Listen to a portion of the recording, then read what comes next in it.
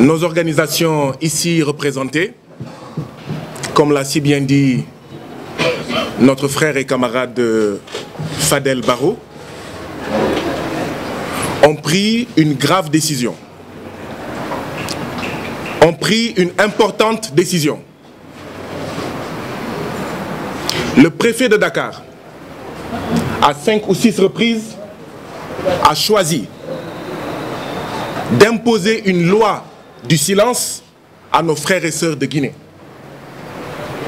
Nous, Sénégalaises et Sénégalais, nous avons pris la décision de leur rendre la parole, de leur donner la parole. Nous sommes extrêmement choqués, extrêmement scandalisés d'entendre dire que c'est un Africain né au Sénégal qui a dit à d'autres Africains nés en Guinée: écoutez, vous n'êtes pas ici chez vous, vous n'aurez pas d'autorisation. Écoutez, comme Alpha Condé vous interdit de manifester, le droit que vous n'avez pas en Guinée, vous ne l'aurez pas ici au Sénégal. Nous sommes choqués, nous sommes scandalisés et nous dénonçons vigoureusement, nous dénonçons énergiquement la posture du préfet de Dakar. Nous interpellons le président de la République, qui a été quand même président de la CEDEAO. Nous interpellons le président de la République, Macky Sall, qui, au moment où il nous chante la zone de libre-échange continentale africaine, c'est-à-dire l'intégration africaine, au même moment, ils peuvent déclarer nos frères et sœurs africains nés en dehors du Sénégal comme des étrangers. Nous pensons que c'est inacceptable. Et c'est pourquoi, comme je l'ai dit tout à l'heure, nous avons pris la décision. Si le président Macky Sall, à travers son préfet, voulait fermer la bouche à nos frères et sœurs de Guinée, Y en a marre, Forum social sénégalais, Gilet rouge, Africa Jom, Frappe France dégage, etc. Cette fois-ci, c'est nous qui appelons à une grande manifestation. Je veux que ça soit clair. Ce ne sont pas les frères et sœurs de Guinée qui invitent à manifester le samedi 2 novembre à partir de 16 h de la place de l'Obélisque à la RTS. C'est nous, Sénégalais, qui prenons nos responsabilités pour dire venez tous massivement, pacifiquement, manifester ce jour-là pour dire qu'il est temps aujourd'hui de bâtir des ponts entre Dakar et Conakry, entre Conakry et Abidjan, entre Abidjan et Bamako, pour la mise en œuvre du panafricanisme des peuples. Panafricanisme des peuples opposé au panafricanisme des cartels de chefs d'État. Panafricanisme qui ne sert qu'à une seule chose.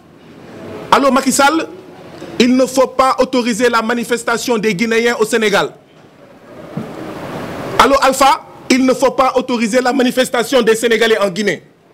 Un panafricanisme qui ne sert qu'à une seule chose, à ce que les présidents de la République s'échangent leur expérience en matière démocraticide, en matière liberticide, en matière de piétinement de la souveraineté populaire, de la souveraineté démocratique, en matière de comment il faut duper, tromper son peuple pour lui imposer un troisième mandat illégal et illégitime.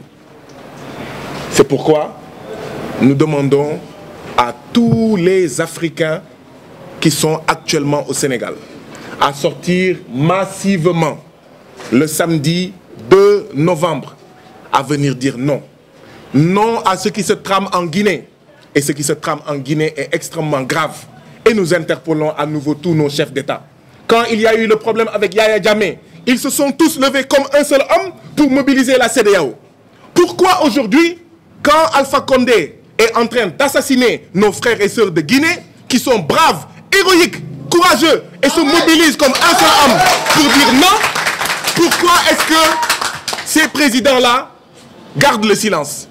Mais parce que tout simplement, peut-être, comme le dit la sagesse populaire sénégalaise, Kouy Digle Tchangay, Dangay Sangou, et comme demain, ils seraient tentés de faire comme Alpha Condé, ils n'osent pas dire la vérité à Alpha Condé.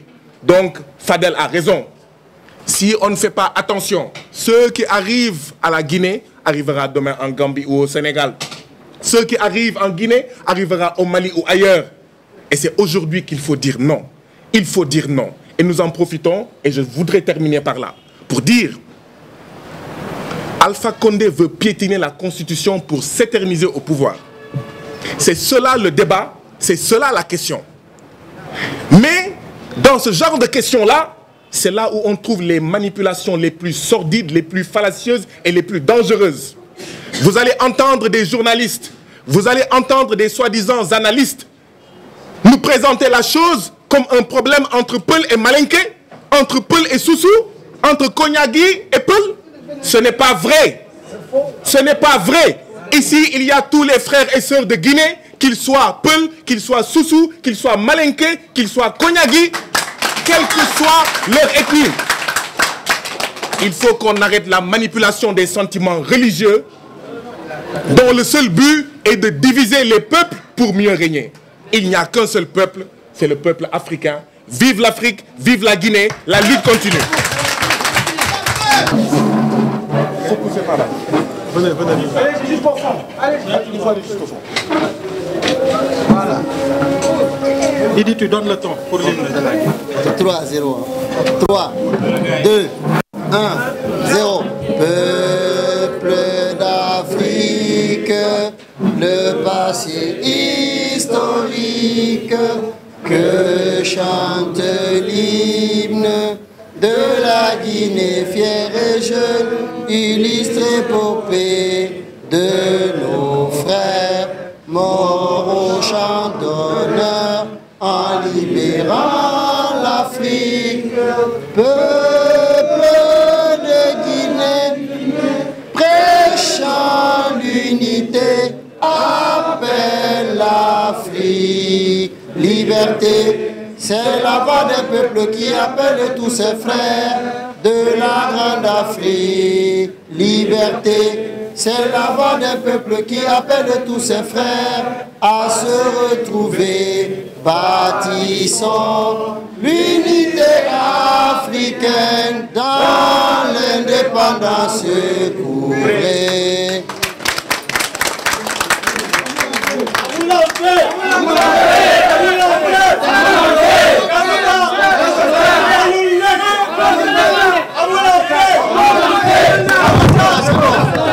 C'est bon. On va faire l'hymne sénégalais, non? On va faire maintenant. Attendez. On va faire l'hymne national du Sénégal. Ok. À 3. 1, 2, 3. Pincez tous vos corps, frappez les balles à fond. Le lion rouge a rugi, le dompteur de la brousse. D'un vent s'était lancé, dissipant les ténèbres. Soleil sur nos terreurs, soleil sur notre espoir. Debout frères, voici l'Afrique rassemblée. Vibre de mon cœur vert, épaule contre épaule, mais plus que frères au Sénégal et debout. Unissons la mer et les sources, unissons la steppe et la forêt. Salut Afrique mère.